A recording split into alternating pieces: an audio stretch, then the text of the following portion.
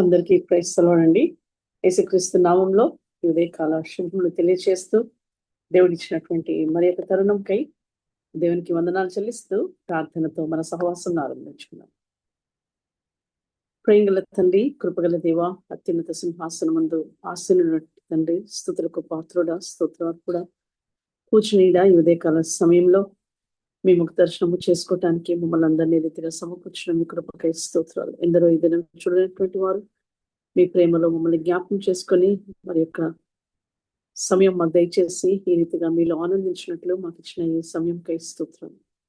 మీ దాసులను జ్ఞాపకం చేసుకున్నాము. తన జీవితంలో మీరు ఏమై ఉన్నారో అది పంచుకొని ఏంటనగా తండ్రి, అనేకులకు దేవునికరంగా ఆశీర్వాదకరంగా మీ నామం మాత్రమే కనపరచబడినట్లు కృప చూపించు. మీ సన్నిధిని అనుభవించే భాగ్యం దయచేయండి. మీ ఆత్మ సంచారం మా మధ్య ఉంచము తండ్రి. మీ ఆత్మ ద్వారానే ఈ కార్యం జరిగించబడినట్లు మీ కృప చూపించు. మాకు కాదు యెహోవా, మాకు కాదు, మీ కృపా సత్యం బట్టి మీ నామానికి ఘనత తెచ్చుకోమని ప్రార్థిస్తూ, గొప్ప దేవుడుగా, ఘనమైన దేవుడుగా ఇంతవరకు మాకు బోధిస్తూ మాకు నేర్పిస్తూ ఆత్మలో వర్ధనట్లు మీరు చూపుతున్న మీ కృపలన్నిటికై స్తోత్రాలు.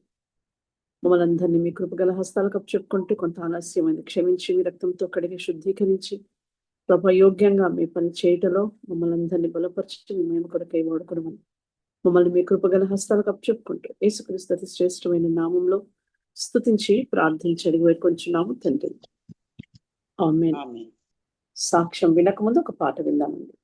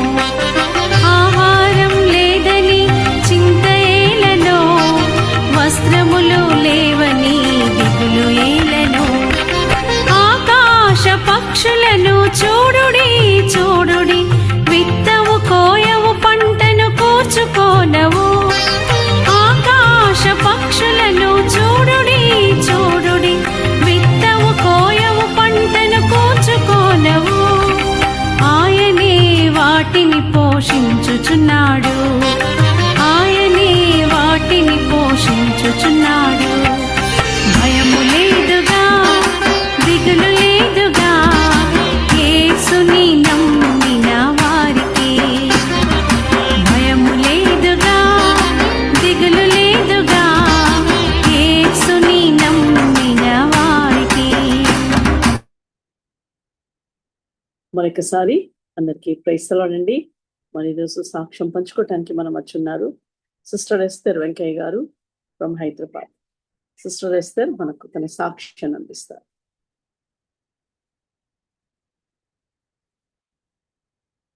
దయచేసి గమనించండి, మనకు కరెక్ట్ గా 30 minutes ఉంది. మరి ఆ టైంలోనే సిస్టర్ సాక్ష్యాన్ని ముగించాలి.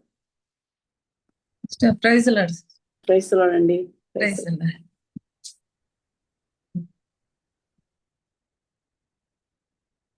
స్టార్ట్ చేయొచ్చు సిస్టర్. చిన్న ప్రేయర్ చేస్తుంది సిస్టర్. ప్రేయర్ చేస్తుంది. మహాగణుడివి, మహోన్నతుడైన దేవుడు ప్రభా, పరిశుద్ధుడైన దేవుడుగా ఉన్నందుకై స్తోత్రం చెల్లించుకుంటున్నాం తండ్రి. నాయన మీరు నాకు రక్షకుడుగా, ఎబెనేజరుగా మీరు నాకు ఉండి ప్రభా, నేను తండ్రి నశించుకోవటం మీకు ఇష్టం లేక తండ్రి నన్ను మీరు జ్ఞాపకం చేసుకొని మీరు ఇచ్చిన గొప్ప రక్షణకై మీకు వందనాలు స్తోత్రాలు చెల్లించుకుంటున్నాం తండ్రి. మీరు నా జీవితంలో ఏమై ఉన్నారో తండ్రి, అది ఉన్నది ఉన్నట్టు ప్రభా మీ ప్రజలకు తెలియజేయగలుగుట ప్రభు మీ కృపను నాకు అనుగ్రహించమని ప్రార్థిస్తున్నాం. దయగల తండ్రి సహాయం దయచేయండి, కృప చూపించండి ప్రభా తండ్రి. కొంత సమయాన్ని మీ సన్నిధిలో తండ్రి మీ బిడ్డలతో సాక్ష్యం పంచుకున్నట్టుకు ప్రభు మీ కృపను దయచేయవలసిందిగా వేడుకుంటూ మీరు ఇచ్చిన ఈ సమయాన్ని బట్టి ప్రభు మీకు వందనాలు స్తోత్రాలు చెల్లించుకుంటూ మా ప్రభును మా రక్షకుడైన యేసు ప్రభులు వారి శ్రేష్టమైన నామములో స్తుతించి ప్రార్థించి వేడుకుంటున్నాము తండ్రి. ఆమేన్. ఆమేన్. వినిపిస్తుందా సిస్టర్? వినిపిస్తుందండి, వినిపిస్తుంది. అందరికి ప్రైజ్ లార్డ్ సిస్టర్. ప్రైజ్.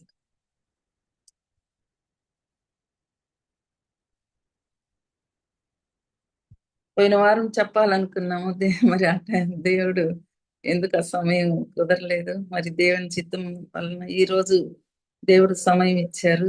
మీతో కలిసి ఈ సాక్ష్యం పంచుకోవటానికి దేవుడు ఇచ్చిన సమయాన్ని బట్టి కృపను బట్టి వందనాలు స్తోత్రాలు. మీకు కూడా అందరికీ ప్రైజ్లా.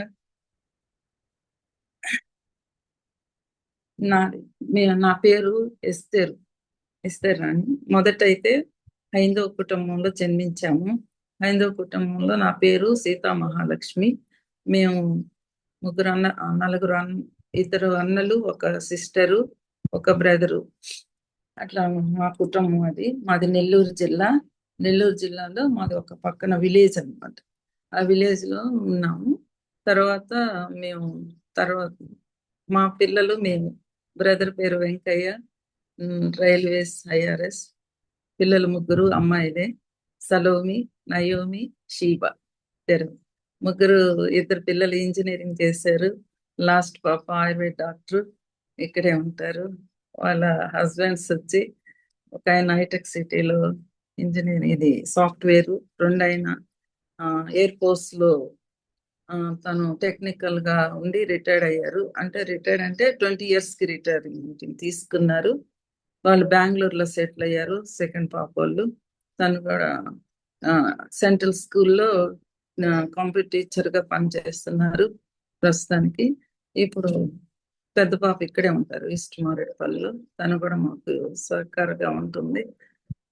నేను బ్రదర్ ఇక్కడ రిటైర్డ్ అయిన తర్వాత ఇక్కడికి వచ్చాము. పర్వతాపూర్ సాయిప్రియ కాలనీలో ఉంటున్నాము.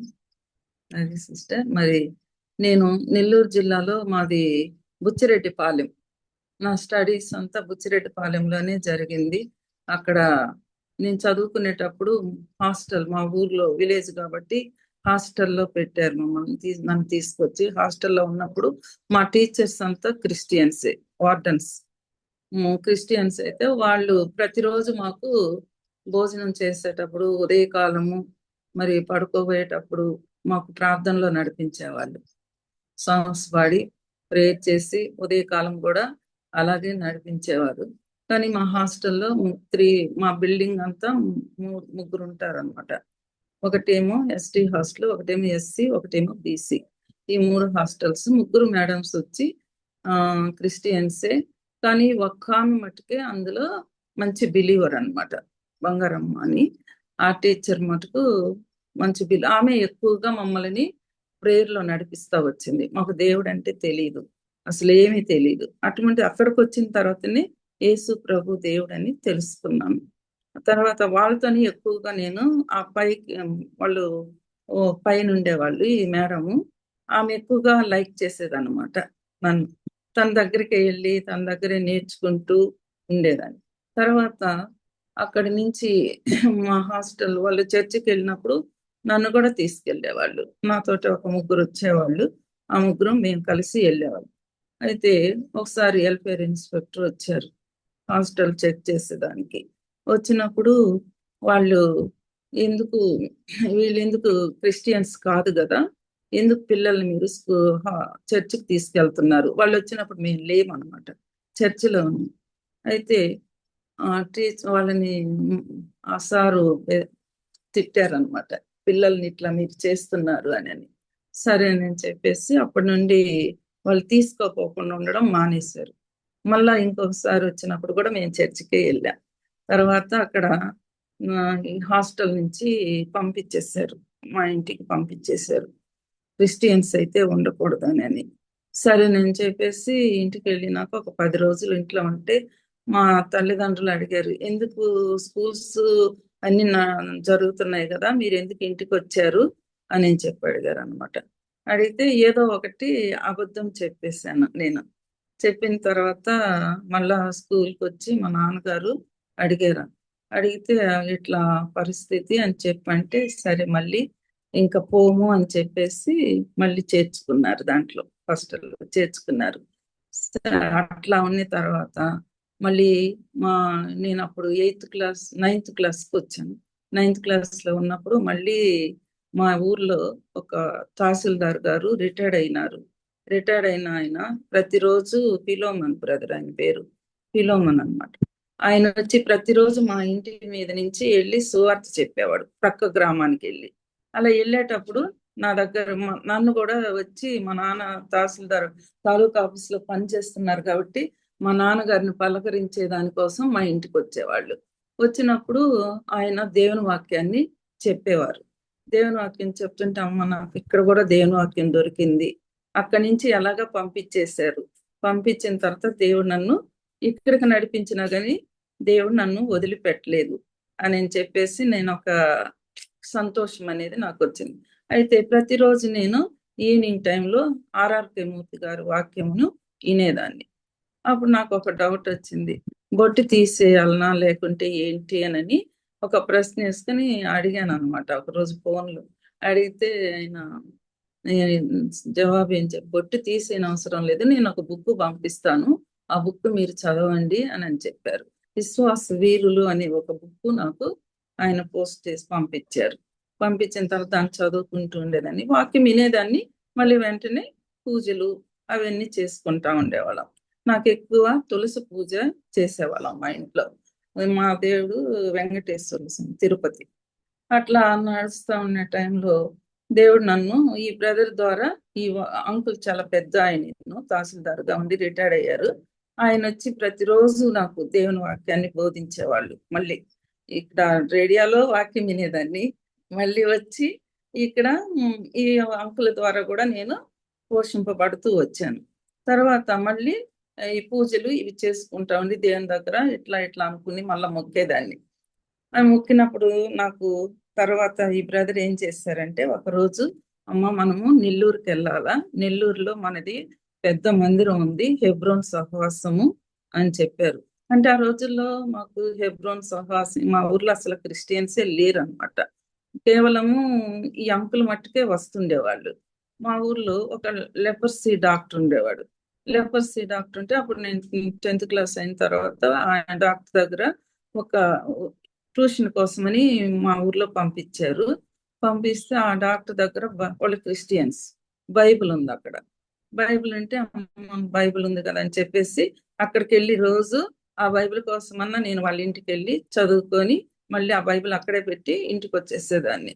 అలాగే ఉన్న టైంలో ఈ అంకుల్ ఏం చేశారంటే నెల్లూరుకి తీసుకెళ్ళి, ఒక ఆంటీ ఉండేది నాతో పెద్ద ఆవిడ కూడా, ఆవిడని జత చేసుకొని ఆవిడని తీసుకొని నెల్లూరుకి వెళ్ళాం మేము. ఒక రోజు నెల్లూరుకి వెళ్ళిన తర్వాత మన సహవాసము, హెబ్రోన్ సహవాసం కర్మెల్ మందిరంలో అక్కడికి వెళ్ళిన తర్వాత సుదర్శన్ రావు బ్రదరు వాక్యం చెప్తున్నారు. వాక్యం చెప్పేటప్పుడు దేవుడు నాతోటి 118వ కీర్తన దాంట్లో నుంచి దేవుడు నాతో మాట్లాడుతూ వచ్చారు. యెహోవా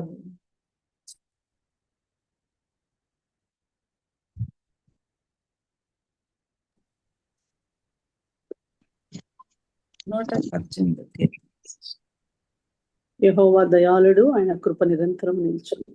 అది 5 మనుషులను ఇరుకు ఇరుకునందు 5 యెహోవాకు మొరపెట్టి తిని అది కాదు. అది యెహోవా, ఇది యెహోవా దక్షిణ హస్తం సాహస కార్యములు చేయను. కార్యములను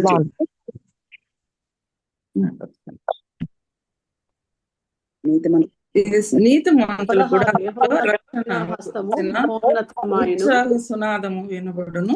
యెహోవా దక్షిణ హస్తము మహోన్నతమాయను. యెహోవా దక్షిణ హస్తము సాహస కార్యములను చేయను.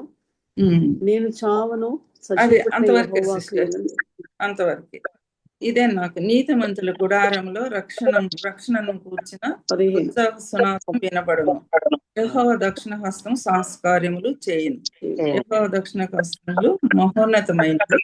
ఆ విధంగా దేవుడు అక్కడి నుంచి మాట్లాడుతూ వచ్చినప్పుడు నాకు అది అర్థం కాలేదు. ఆ రోజుల్లో అర్థం కాకుండా ఉన్నప్పుడు మళ్ళా అడిగాను అనమాట.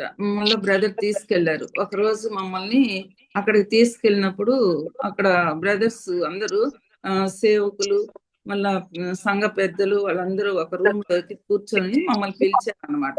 పిలిచి అక్కడికి వెళ్ళిన తర్వాత వాళ్ళు, అమ్మ రక్షణ తీర్మానం చేసుకున్నావా అని అడిగారు. రక్షణ తీర్మానం అంటే అర్థం కాలేదు. ఏంటి బ్రదర్ అని, ఏంటి అని అడిగాను. అడిగితే వాళ్ళు దీని గురించి నాకు వివరించి చెప్పారు. తర్వాత నాకు అప్పుడు యోహాను మొదటి పత్రిక 9వ వచనం ద్వారా దేవుడు నాతో తీర్మానం చేసుకునేదానికి ప్రభు నాకు సహాయం చేశాడు. అప్పుడు నా పాపాలు నేను ఒప్పుకున్నాను. ఒప్పుకున్న తర్వాత దేవుడు క్షమించినాడనే ఒక నిర్ధారణలోకి నేను వచ్చిన. అదే మన పాపములను మనం ఒప్పుకున్న ఎడల మనం సమస్త దుర్నీతి నుండి మనల్ని దేవుడు క్షమించిన కాక అని చెప్పి వాక్యం ఉంది కదా సిస్టర్. అది యోహాను పత్రిక, మొదటి యోహాను పత్రిక. మనం ఒప్పుకొని ఎడల ఆయన నమ్మకవాడను నీతిమంతుడు కనుక ఆయన మన పాపాలను క్షమించి సమస్త దుర్నీతి నుండి మనలను పవిత్రులుగా చేయను. ఈ వాక్యం ద్వారా నేను తీర్మానం చేసుకున్నాను. రక్షణ అనేది అప్పుడు నేను తీర్మానం చేసుకున్న తర్వాత వాళ్ళు అడిగారు అన్నమాట, అమ్మ బాప్తిసానికి సిద్ధపడతావా అని అడిగారు. బాప్తిసానికి సిద్ధపడతావా అని అంటే నేనుండి సరే బ్రదర్, ఎప్పుడు తీసుకోవాలి మీరు చెప్తే ఆ టయానికి నేను తీసుకుంటాను అని చెప్పాను అనమాట. ఈ అంకుల్ ఏం చేశారంటే రోజు వాళ్ళు మా ఊరు నుంచి ఒక మైలు దూరము వాళ్ళు ఉండేది. అక్కడికి ప్రతి ఆదివారం మేము వెళ్ళేవారం అనమాట. నేను నా ఫ్రెండ్స్ వెళ్ళేవారం. వెళ్ళిన తర్వాత అక్కడ అంకులు వాక్యం చెప్తూ ఉన్నప్పుడు ఒకరోజు ప్రేయర్ చేశారు. ప్రేయర్ చేసిన తర్వాత ఎందుకు మ్యారేజ్ గురించి ప్రార్థన చేస్తున్నాడు. ఇప్పుడు ఎందుకు నా కోసం మ్యారేజ్, ఇప్పుడు ఇంత చిన్న వయసులో మ్యారేజ్ కోసం ప్రార్థన చేస్తున్నారు, ఇది నాకు ఇష్టం లేదు, ఈ ప్రార్థన నాకు ఇష్టం లేదు అని నేను చెప్పి నేను అనుకున్నాను అనమాట. అప్పుడు అంకుల్ నేను మళ్ళీ అయిపోయిన తర్వాత చెప్పాను, నాకు ఆ ప్రార్థన చేయబాకండి, నాకు ఇప్పుడే పెళ్ళి వద్దు అని చెప్పి. లేదమ్మా మీ వాళ్ళంతా హిందువులు కాబట్టి హిందువులకి ఇచ్చి పెళ్లి చేసేస్తారు, విలేజ్ కదా అని చెప్పి అంకుల్ నాతో అన్నారు అనమాట. అంటే నేను దానికి కూడా ఒప్పుకోలేదు. తర్వాత ప్రార్థన చేస్తుంటే పెళ్లి లేకపోయినా పర్వాలేదు అంకుల్, మీరు హెబ్రోన్ అంటున్నారు కదా, ఆ హెబ్రోన్ కైనా వెళ్ళిపోతానులేండి, అట్లా హిందూ మ్యారేజ్ అయితే నేను చేసుకోనులేండి అని ఆ వయసులోనే నేను అంత తీర్మానం చేసుకున్నాను అనమాట. నాకు పెళ్ళైనా అవసరం లేదు, నేనైతే హెబ్రోన్ మీరు తీసుకెళ్తే హెబ్రోన్ లోనే ఉంటాను అని చెప్పి అన్నాను. హిందువులనైతే నేను చేసుకోనులేండి అని చెప్పాను. కానీ అంకులు చేస్తూ వచ్చారు. అప్పుడు రక్షింపబడిన తర్వాత తీర్మానం చేసుకున్నాను. తర్వాత మన బ్రదర్ వాళ్ళు వచ్చారు. బ్రదర్ కూడా అప్పుడే హుబ్లీలో జాయిన్ అయినారు, రైల్వేస్ లో జాయిన్ అయిన తర్వాత మ్యారేజ్ కోసం వాళ్ళు వెతుకుతుంటే మా బ్రదర్ కూడా బ్రదర్ తో పాటే రైల్వేస్ లో జాయిన్ అయినారు హుబ్లీలోని.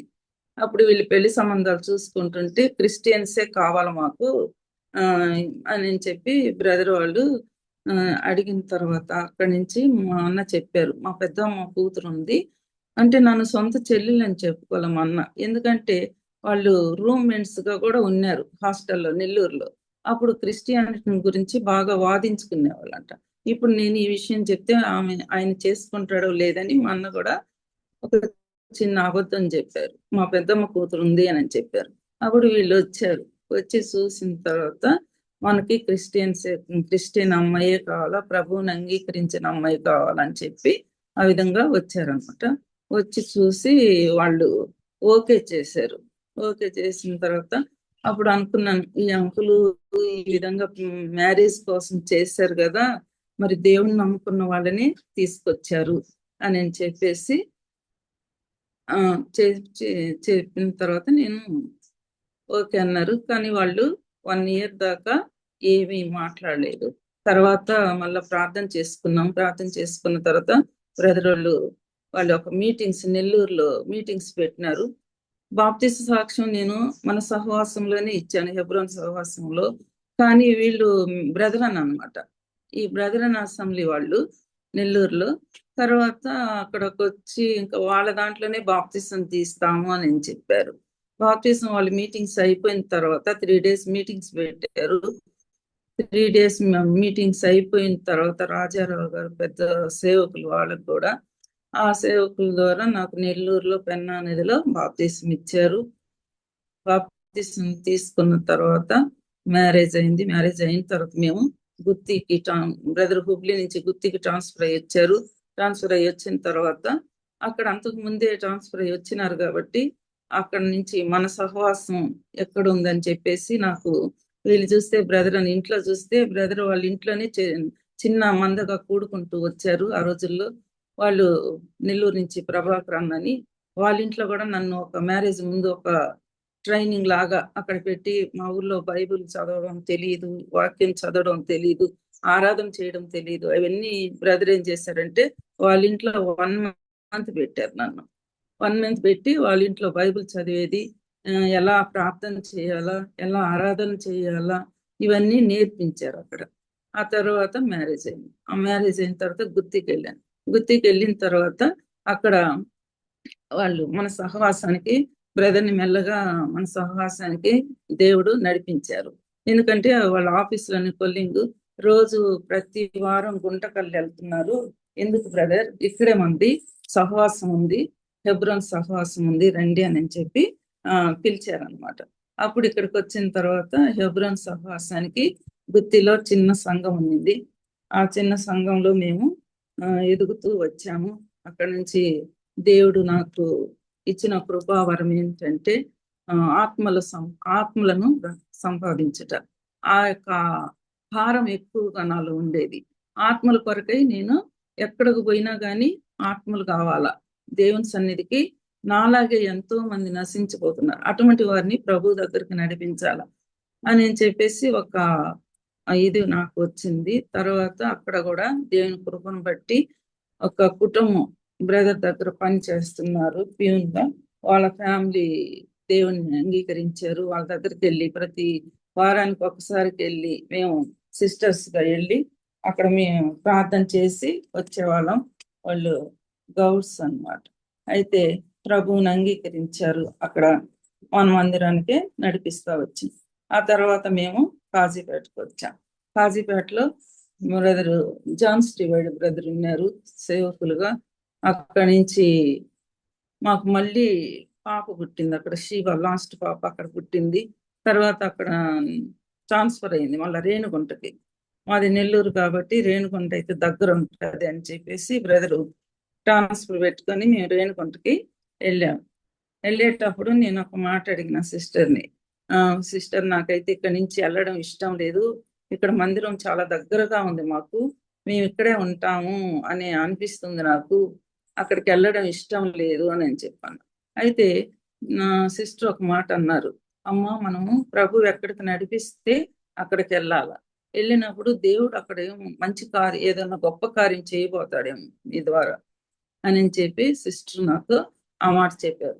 చెప్పిన తర్వాత అక్కడికి ఇంకా సరేనని చెప్పి మేము రేణుగుంటకి పాప 1 month బేబీని తీసుకొని మేము రేణుగుంటకి వెళ్ళిపోయినాం. అక్కడ సిఆర్ఎస్ అని వర్క్ షాప్ ఉంది, అక్కడ బ్రదర్ని ట్రాన్స్ఫర్ చేసి అక్కడ ఉన్నాం. మేము అప్పుడు రెంట్ హౌస్ లో అక్కడికి వెళ్ళిన వెంటనే మాకు క్వార్టర్స్ ఇవ్వలేదు, రెంట్ హౌస్ లో ఉన్నాం. చర్చికి దగ్గరే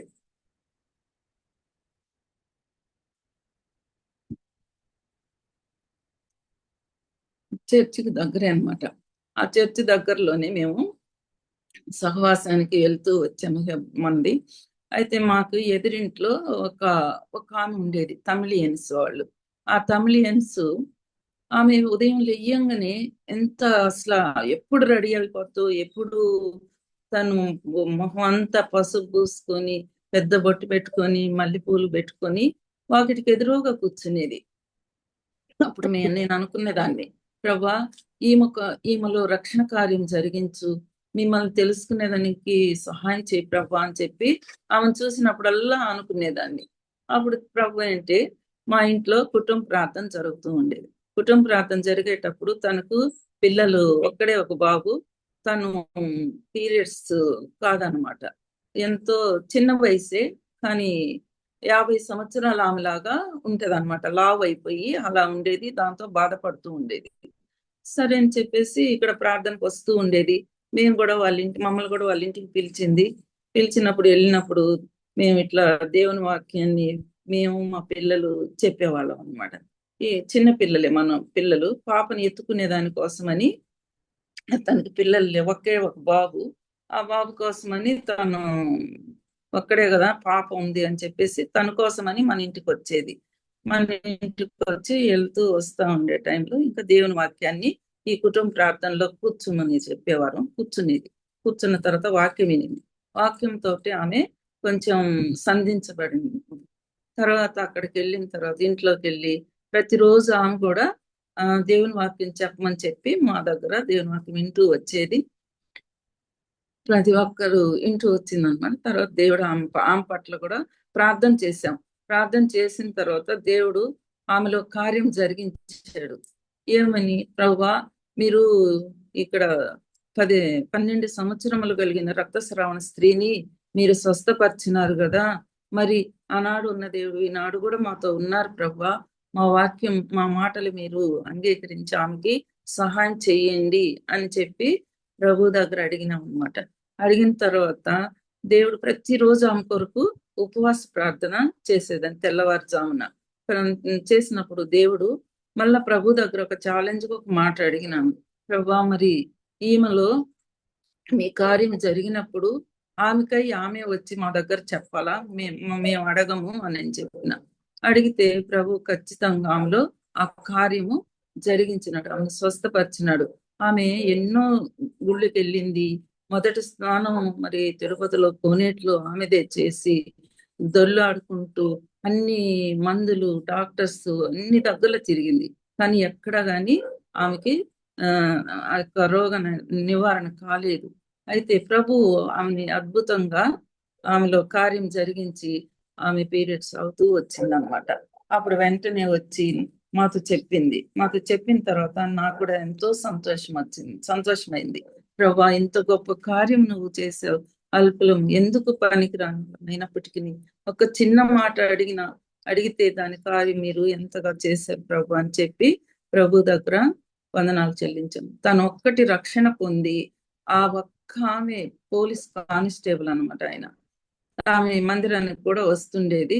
మందిరానికి వచ్చి వాక్యం విని ఆరాధన చేసినప్పుడు చదువులేదు తనకి. మా దగ్గర చదువు నేర్చుకుంది, బైబిల్ చదివేదానికి నేర్చుకొని వాక్యం చదివేది. అయితే ఒక రోజు వాక్యం ద్వారా బొట్టు పెట్టుకోకుండా ఉండాలని చెప్పి తను నిర్ణయించుకుంది. బొట్టు తీసేసింది. బొట్టు తీసిన వెంటనే వాళ్ళ హస్బెండ్ పోలీసు కాబట్టి ఆమెని ఇంట్లో లాఠీ కర్ర తీసుకొని బాగా కొట్టేశాడు. కొట్టేసిన తర్వాత ఎంతంత గాయాలైపోయినాయి ఒళ్ళంతా. తర్వాత నేను వెళ్తే అసలు నాకేమి కనిపించకుండా మామూలుగా ఉండిపోయింది. ఏడవలేదు, ఆ గాయాలు కూడా చూపెట్టలేదు, ఏమీ లేదు. ఎండలో కూర్చొని బాత్రూమ్ కాడ ఎండలో కూర్చొని ప్రార్థన చేసింది. ప్రార్థన చేసినప్పుడు ప్రభు ఆయనతో మాట్లాడాలని చెప్పి అప్పుడు చెప్పింది, నాకు ఎందుకు అట్లా ఉన్నావంటే ఇలా జరిగిందని. ఒంటి మీద అంత ఎర్రగా గాయాలు వచ్చేసాయి. అప్పుడు అడిగింది, ఎందుకు అంటే ఇట్లా జరిగింది అక్క అంటే, మనం ఎందుకు అప్పుడే నువ్వు బొట్టి తీసేసావు, అట్లా తీయకూడదు, ముందు ఆయనలో కూడా కార్యం జరిగినప్పుడే నువ్వు బొట్టి తీసినా పర్వాలేదు, మన హృదయం దేవునికి ఇచ్చావు అది చాలు అని చెప్పేసి, బొట్టు దాని వల్ల కాదు అని చెప్తే తను మళ్ళా ప్రార్థన చేసుకుంది. ప్రార్థన చేసుకున్న తర్వాత దేవుడు మళ్ళీ ఆయన అన్నాడు నాతోటి, రానమ్మా, నేను నా నోటొక్క దేవుళ్ళని వదిలిపెట్టి నేను మీ దగ్గరకు రాను, అయితే మల్లికాని మటుకు మీరు తీసుకెళ్ళండి చర్చికి అని చెప్పి ఆయన చెప్పినాడు. అద్భుతంగా ఆయన కూడా ఒకసారి చిత్తూరుకి వెళ్ళినప్పుడు అక్కడ ఏదో మీటింగులకు అటెండ్ అయ్యి ఆయన కూడా ప్రభువుని అంగీకరించినాడు. ఈ లోపల మేము విజయవాడకు వచ్చేసాం. మేము వెళ్ళిన తర్వాత ఆయన చెప్పిన మాట ఏంటంటే, మాకేంటంటే, అమ్మ, నా మొదటి దశమ భాగం నేను దేవునికి ఇస్తున్నానని చెప్పాడు. అప్పుడు నేను అనుకున్న, దేవా, ఎంత గొప్పవాడినైనా, ఎంతగా ఆయన కూడా రక్షించుకున్నావు, కుటుంబాన్ని రక్షించుకున్నావు. బాబుకి తిరుపతిలో ఎంట్రుకలు ఇయ్యాలని మొక్కున్నారు, అది కూడా ప్రార్థన చేశాం. ప్రార్థన ద్వారా దేవుడు అది కూడా జరగనీయకుండా మంగళ షాప్కి వెళ్ళి కటింగ్ చేసుకొచ్చారు. ఆ విధంగా అక్కడ కూడా ఒక ఆత్మని దేవుడు రక్షించుకున్నాడు. ఆమె ద్వారా వాళ్ళ బంధువులు మొత్తం ఎక్కడెక్కడ ఉన్నారో అందరూ రక్షణ పొందినారు. ఆ గ్రామంలో వాళ్ళు కూడా, ఎందుకంటే ఆమె అద్భుత కార్యం దేవుడు వాళ్ళకందరూ తెలుసు కాబట్టి, ఆమెను బట్టి దేవుడు, ఆమె కూడా కనిపించిన ప్రతి ఒక్కరికి సువార్త చెప్పేది, ఎవరిని వదిలేదు కాదు. ప్రతి ఒక్కరికి సువార్త చెప్పి అనేక మందిని దేవుని దగ్గరికి నడిపించింది అన్నమాట. ఆ విధంగా ఉన్నప్పుడు మేము కూడా అట్లా దేవుని అక్కడ పరిచర్య ఆ విధంగా ముగించుకొని మళ్ళీ మేము విజయవాడకు వచ్చాము. విజయవాడ నుంచి మళ్ళా హైదరాబాద్కు వచ్చినాము. హైదరాబాద్లో మాకు ఇక్కడ మెట్టుగూడలో ఉన్నాము, రైల్వే క్వార్టర్స్ లో. అక్కడి నుంచి కూడా అనేక మంది ఆత్మలను దేవుని సన్నిధికి నడిపించే కృపను ప్రభు మాకు ఇచ్చినారు. ఎక్కడ ఏ ఊరికి పోయినా కానీ మాకు ఉండే భారం ఏంటంటే, ప్రతి దగ్గర మేము దేవుని ఆత్మల్ని దేవుని కొరకు సువార్త చెప్పి ఆత్మలను రక్షించి దేవుని మందిరంలోకి నడిపించాలా. ఇదే అన్నమాట మా కుటుంబం యొక్క ఆక్ష. తర్వాత వాళ్ళు ఇక్కడ కూడా మేము మిర్జాలగూడలో దేవుని మందిరంలో బాబురావు గారి బ్రదరు ఎప్రాత సంఘం హెబ్రోన్లో అడిగామన్నమాట. మాకు ఇక్కడ దగ్గరలో ఎక్కడ సంఘం ఉంది చెప్పండి బ్రదర్ అని అంటే, మాకు మిర్జాలగూడ అడ్రస్ ఇచ్చారు బాబురావు బ్రదరు ఎప్రాత. దాంట్లో కూడా ప్రభు మమ్మల్ని, బ్రదర్ కూడా హెబ్రోన్ ద్వారా పరిచయకి వెళ్ళడం, ఇవన్నీ ఫస్ట్ నుంచి ఆయన రక్షింపబడినప్పటి నుంచి దేవుని పరిచర్లోనే ఉంటున్నారు. తర్వాత ఇక్కడ కూడా హెబ్రోన్ ద్వారా అనేక సంఘాలకి వెళ్ళి బైబిల్ స్టడీస్ ఇవన్నీ చెప్తూ వస్తున్నారు. కానీ రిటైర్డ్ అయిపోయిన తర్వాత ప్రభు మాకు ఇక్కడ దేవుడు మాట్లాడినాడు అనమాట. బాబురావు అంకులు, మీరు అక్కడికి వెళ్ళిన తర్వాత ఇల్లు కట్టుకున్నాక సంఘం అక్కడ మన బ్రాంచ్ పెట్టాలమ్మా అన్నాడు. అంటే వద్దు అంకుల్, మేము రిటైర్డ్ అయిన తర్వాత ప్రతి ఊరికి వెళ్ళి అక్కడ 10 రోజులు ఉండి దేవుని వాక్యాన్ని ఆ విధంగా ఒక్కొక్క ఇంటిని ఆధారం చేసుకొని అక్కడ దేవుని వాక్యాన్ని ప్రకటించాలా అని చెప్పి ఆ విధంగా మేము నిర్ణయించుకున్నాం. అయితే దేవుని ఉద్దేశాలు వేరేగా ఉంటాయి కాబట్టి ఇక్కడికి వచ్చిన తర్వాత మేము ఇల్లు కట్టుకున్నాం. మరి కరోనాలో ఇక్కడ మేము ఒంటరిగా ఉన్నాం. మాది ఒక అడవిలాగా ఉంటుంది అనమాట.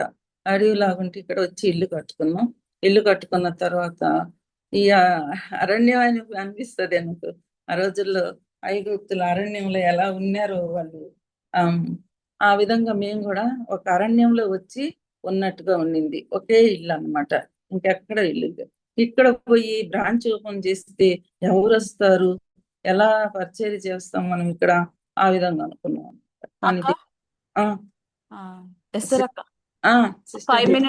3 minutes లో క్లోజ్ అయిపోద్ది అక్క, టైం. ఓకే. అయితే దేవుడు ఇక్కడ కూడా పరిచర్య అప్పగించాడు, దేవుని వాగ్దానాల ప్రకారం చేశారనమాట. ఆ విధంగా ఇక్కడ కూడా మేము పరిచర్య ప్రారంభించాము. ఇక్కడ అనేక మంది, ఇక్కడ కూడా చాలా శోధనలు జరిగాయి. వచ్చిన అందరూ మా మీదకి వచ్చారు, పోలీస్ స్టేషన్లకు వచ్చారు. అయితే దేవుని కృపను బట్టి దేవుడు మాకు అద్భుత కార్యాలు జరిగించి ఇక్కడ కూడా పరిచర్య జరిగిస్తున్నారు. ఇప్పుడు మా సంఘం పేరు న్యూ జెరూసలేం సంఘము. దీని కొరకు కూడా మీరందరూ ప్రార్థన చేయండి. మా పరిచర్య కొరకు ఇక్కడ ఎన్నో ఆటంకాలు ఉంటాయి, వాటి నుండి దేవుడు మాకు పరిచర్య ఇక్కడ జరిగేదానికి సహాయపడమని ప్రార్థన చేయండి. సరే sister. Thank you sister. Praise praise. దేవుని ప్రణాళికలో సహోదరి ఉంది కాబట్టి మరి చిన్నంతరం నుంచే ప్రభు తనను వెంబడిస్తూ వచ్చాడు. ఆయనే మొదటితో నన్ను ప్రేమిస్తూ వచ్చాడని రుజుపరుచుకుంటూ వచ్చాడు. ఆ రీతిగా తనకున్నటువంటి ప్రేమ, ప్రభు ఎడల తనకున్నటువంటి మక్కువ, మరి ప్రభు చూచిన వాడిగా తన కోరికను మరి సహోదరుడు వెంకయ్య గారితో తన వివాహం జరగటము, మరి చక్కగా ఇద్దరు కలిసి ప్రభు పరిచర్యలో ఉండటము, మరి ప్రభు యొక్క పొలంలో వారు పనిచేయటానికి ప్రభు చూపించినటువంటి కృప, దీన్ని బట్టి ప్రభుని స్తుతిస్తున్నాం. మరి న్యూ జెరూసలేం గురించి ప్రార్థించండి. ప్రభు మరి వారిని పిలుచుకున్న ఉద్దేశంలో సంపూర్ణంగా కుటుంబంలో నెరవేర్చినట్లు వారి గురించి ప్రార్థించండి. ప్రార్థన చేసుకున్నామండి. ప్రేంగల తండ్రి, ఇచ్చిన ఈ సమయంకై స్తోత్రాలు. మీద అవసరాలను ఏర్పరచుకున్నారు, అందును బట్టి స్తోత్రాలు. తన ద్వారా మీరు జరిగించిన మీ కార్యం గొప్పది. ఆ సహోదరిని ప్రభ ఏ రీతిగా మరి ప్రార్థించి పొందుకుందో ఆ రీతిగా ప్రభ మేము మాకున్నటువంటి విశ్వాసంలో కొద్దిపాటి విశ్వాసాన్ని మేము కూడా ఆ రీతిగా వృద్ధిపరచుకోవడానికి సహాయం చేయండి. ఆత్మల భారం కలిగి ఉండడానికి సహాయం చేయమని ప్రతి ఒక్కరిలో కార్యం జరిగించండి. కుటుంబాన్ని దీవించము. న్యూ జెరూసలేం ప్రేయర్ హౌస్ ని ప్రభావ మీరు ఆశీర్వదిస్తురమ్మని, అంతకంతకు వర్ధిల్లింప చేయమని ప్రార్థిస్తాం. మాకు ఇచ్చిన మంచి సమయంకై వెళ్ళలేని స్తోత్రాలు, కృతజ్ఞతాస్తుతులు చెల్లించుకుంటూ యేసుక్రీస్తు ఘనమైన నామంలో స్తుతించి ప్రార్థించండి వేడుకొంచున్నాము తండ్రి. ఆమేన్. ప్రైజ్ లార్డ్ అక్క. ప్రైజ్ లార్డ్ అక్క. Praise Lord. ప్రైజ్ లార్డ్ అమ్మా. అందరికీ praise Lord. Praise Lord. Praise Lord అమ్మా.